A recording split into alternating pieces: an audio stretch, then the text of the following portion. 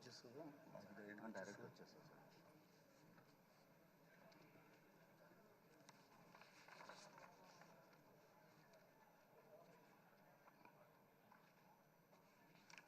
అందరికీ నమస్కారం అండి.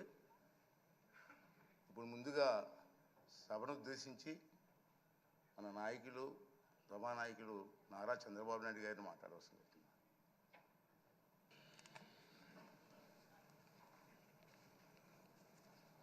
అధ్యక్ష,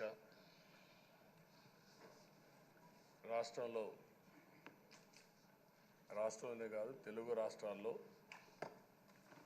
అత్యంత సీనియర్ శాసనసభ్యులు మీరు ఒకరు. బీసీ నేతగా గుర్తింపున్న మిమ్మల్ని నేడు శాసనసభ అధ్యక్ష పదవిలో చూడడం చాలా సంతోషంగా ఉంది అధ్యక్ష. అంతవరకు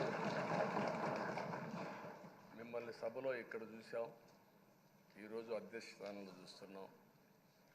చాలా ఆనందంతో చాలా గర్వపడుతున్నాం. అందరి ఆమోదంతో 16వ శాసనసభకు స్పీకర్గా ఏకగ్రీవంగా ఎన్నికైన మీకు నా హృదయపూర్వక అభినందనలు, శుభాకాంక్షలు. ఈరోజు ఇక్కడ చాలామంది కొత్త శాసనసభ్యులు వచ్చారు. ఒకసారి అయ్యన్న పాత్రుడు గారి జీవితాన్ని కూడా ఆలోచించుకోవాల్సిన, మీరందరూ తెలుసుకోవాల్సిన అవసరం ఉంది. మనందరి మాదిరిగానే ఆయన కూడా ఒక హంబుల్ కుటుంబంలో 1957 సెప్టెంబర్ 4వ తారీఖున ఉత్తరాంధ్రలో నర్సీపట్నంలో జన్మించారు. తల్లిదండ్రులు చింతకాయల వరహాల దొర చెల్లాయమ్మ గారు. యువత రాజకీయాల్లోకి రావాలని ఆ రోజు ఎన్టీ రామారావు గారు పార్టీ పెట్టిన మొదట్లో పిలిపిస్తే 25 సంవత్సరాల వయసుండే సమయంలో రాజకీయాల్లోకి వచ్చిన వ్యక్తి అయ్యన్న పాత్రుడు గారు. అక్కడి నుంచి 7 సార్లు ఎమ్మెల్యే అయ్యారు, ఒకసారి ఎంపీ అయ్యారు. ఎమ్మెల్యేగా, ఎంపీగా, మంత్రిగా తెలుగు రాష్ట్రాల్లో తనకంటూ ఒక ప్రత్యేకమైన ముద్ర వేయగలిగారు. ఏ పదవి ఇచ్చినా ఆ పదవికి వన్నె తీసుకొచ్చిన వ్యక్తి అయ్యన్న పాత్రుడు గారు. వారి కుటుంబం కూడా మనం ఆలోచిస్తే కొంతమంది ఫస్ట్ జనరేషన్లో రాజకీయాల్లోకి వస్తారు. అయ్యన్న పాత్రుడు గారిని చూస్తే 6 దశాబ్దాలు రాజకీయ చరిత్ర కలిగిన కుటుంబం. 1962లో అయ్యన్న పాత్రుడు గారి తాత లచ్చా పాత్రుడు గారు స్వతంత్ర పార్టీ నుంచి పోటీ చేసి గెలిచారు. స్వాతంత్ర సమరయోధుడు గౌత లచ్చన్న సమకాలికుడిగా పనిచేశారు. అదే వారసత్వాన్ని కొనసాగిస్తూ అయ్యన్న పాత్రుడు గారు ఇప్పటివరకు పనిచేస్తున్నారు. 83, 85, 94, 99, 2004, 2014, 2024లో ఎమ్మెల్యేగా విజయం సాధించారు. నర్సీపట్నంలో తెలుగుదేశం పార్టీ పెట్టినప్పటి నుంచి వారే పోటీ చేస్తున్నారు. అది వారి యొక్క ప్రత్యేకత. 7 సార్లు ఎమ్మెల్యే గెలవడం, 16 సంవత్సరాలు మంత్రిగా పనిచేయడం, 1996లో అనకాపల్లి ఎంపీగా గెలుపొంది 2 సంవత్సరాలు అక్కడ పనిచేయడం, తెలుగుదేశం పార్టీ పాలిట్ బ్యూరో సభ్యుడిగా 10 ఏళ్ళు పనిచేశారు. టెక్నికల్ ఎడ్యుకేషన్, రోడ్లు, భవనాల శాఖ, అటవీ శాఖ, పంచాయతీరాజ్ శాఖ మంత్రిగా బాధ్యతలు నిర్వహించారు.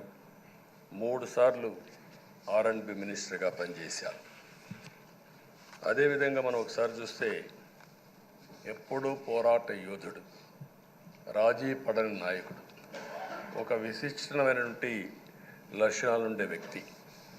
తెలుగు రాష్ట్రాల్లో ఏ మారుమూల ఎవరిని అడిగినా అయ్యన్న పాత్రుడు గారిని గురించి చెప్తారు.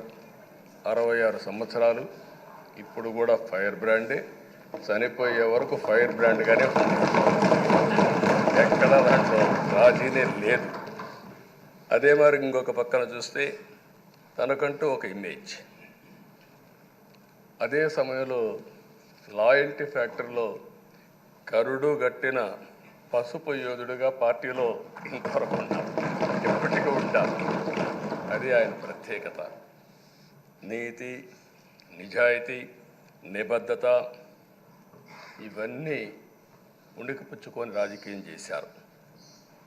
42 సంవత్సరాలు. ఇప్పుడు చాలామంది ఫస్ట్ టైం వచ్చేవాళ్ళు ఉన్నారు, కొంతమంది రెండోసారి వచ్చేవాళ్ళు ఉన్నారు. 42 సంవత్సరాలు ఒక నియోజకవర్గం అంటిపెట్టుకొని నర్చర్ చేసి 7 సార్లు గెలవడం అనేది ఒక అరుదైన అనుభవం. చాలామందికి 2-3 సార్లుగా ఫెట్టెక్కి వస్తుంది. అక్కడి నుంచి మనుషులు మారిపోతూ ఉంటాం. అలాంటి సందర్భంలో ఎప్పుడు కూడా రాజీ పడకుండా పనిచేశారు. 42 సంవత్సరాలుగా పసుపు జెండాను మోస్తూనే ఉన్నారు. పార్టీని కన్న తల్లిగా భావించే నాయకుడు, పోరాట యోధుడు. ఎప్పుడు కూడా రాష్ట్రంలో అభివృద్ధి చేయడమే కాకుండా ఉత్తరాంధ్ర అభివృద్ధి కోసం, ప్రత్యేకంగా విశాఖపట్నం అభివృద్ధి కోసం ఎనలేని కృషి చేసిన నాయకుడు అయ్యన్న పాత్రుడు గారని చెప్పి కూడా నేను మీకు తెలియజేస్తున్నాను. ఇంకొక పక్కన ఉత్తరాంధ్ర సుజల స్రవంతి, విశాఖపట్నం, విజయనగరం, శ్రీకాకుళం నీళ్లు కావాలి, గోదావరి నీళ్లు రావాలి, ఆ ప్రాంతం కూడా బాగుపడాలి, మా కరువు ప్రాంతానికి నీళ్లు కావాలని వెనకబడి క్యాబినెట్ మినిస్టర్గా దాన్ని శాంక్షన్ చేయించిన వ్యక్తి అయ్యన్న పాత్రుడు గారు. దానికి మనస్ఫూర్తిగా అభినందిస్తున్నాను. అందరికి కూడా కష్టాలు వస్తూ ఉంటాయి. ఆయన రాజకీయ జీవితంలో ఎప్పుడూ పడనటువంటి ఇబ్బందులు గత 5 సంవత్సరాలు పడ్డాడు. మామూలుగా కూడా కాదు, తన ఇంట్లోకి 100 మంది పోలీసులు పంపించారు, గోడలు పగలగొట్టారు, రాత్రిపూట భయంకరమైన వాతావరణాన్ని క్రియేట్ చేశారు. ఒక స్టేషన్లో కాదు, అనేక పోలీస్ స్టేషన్లో కేసులు పెట్టారు. రాత్రుల్లో దేశపోయి స్టేషన్ టు స్టేషన్ తిప్పారు. ఎక్కడా భయపడలా, ధైర్యంగా ఉన్నాడు. 23 కేసులు పెట్టారు. అందులో దగ్గర 10 కేసులు ఒక సిఐడిని పెట్టారు. అయితే రాజీలేని పోరాటం చేసి మనోనిబ్బరంతో ముందుకు పోయిన వ్యక్తి. కడాన మనందరం గుర్తుపెట్టుకోవాల్సింది 60 సంవత్సరాలు, 62-63 సంవత్సరాలు ఉండే వ్యక్తి పైన అత్యాచారం కేసు కూడా పెట్టారు. ఇవన్నీ కాకుండా అంటే ఎలాంటి పాలకులు ఉన్నారు, ఎలాంటి జరుగుతాయి అనేదానికి ఒక ఉదాహరణ ఇవన్నీ జరిగాయి. అయితే ఒక్క విషయం ఎక్కువంటే సభ్యులందరికీ విజ్ఞప్తి చేస్తున్నాను. ప్రతి ఒక్క నాయకుల్లో కూడా ఒక స్ఫూర్తిదాయకమైన సంఘటనలు ఉంటాయి, అందుకే ఇన్నిసార్లు గెలుస్తారు. అలాంటి మన అయ్యన్న పాత్రుడు గారిలో ఉండే మంచి పాజిటివ్ పాయింట్స్ అన్నీ కూడా మీరు కూడా ఆలోచించుకోవాల్సిన అవసరం ఉంది. ఒక వ్యక్తి చట్టసభకు రావడం ఒక అరుదైన గౌరవం, ఇది ఒక అవకాశం. కొన్ని లక్షల మందిలో ఆ అవకాశం మనకు వస్తుంది. ఆ అవకాశంతోనే మనం అందరం ఇక్కడికి వచ్చాం. అయితే మనం అందరం గుర్తుపెట్టుకోవాల్సింది, మనల్ని ఎంపిక చేసిన ప్రజలకి ఏం చేయాలి, తాత్కాలికంగా ఏం చేయాలి, ఒక టైం బౌండ్ ప్రోగ్రాంలో ఏం చేయగలుగుతాం, దీర్ఘకాలంలో ఏం చేయగలుగుతామో మనం అందరం ఆలోచించుకొని అలాంటి సమస్యల్ని పరిష్కారం చేయాల్సిన బాధ్యత మనందరి పైన ఉంది. అంతేకాకుండా ఈరోజు ఎక్కుండే ఎమ్మెల్యేలందరినీ కోరుతున్నాం, మనందరి పైన ఒక పవిత్రమైన ఉన్నతమైన బాధ్యతని తెలుసుకొని నడవాల్సిన అవసరం ఉంది. చట్టసభల్లో సభ్యుల ప్రవర్తన, వ్యాఖ్యలు, చర్చలు, మనం ఏదో ఇక్కడ అపోజిషన్ ఉంటే అపోజిషన్కే జవాబుదారితనం, వాళ్ళ మీద మాట్లాడాలనే ఆలోచన కాకుండా మనం మాట్లాడే విషయాలు రాష్ట్రం మొత్తం ప్రజలంతా వాచ్ చేస్తూ ఉంటారు. మీ నియోజకవర్గంలో ఉండే ప్రజానీకం వాచ్ చేస్తారు, రాష్ట్రమంతా వాచ్ చేస్తారు.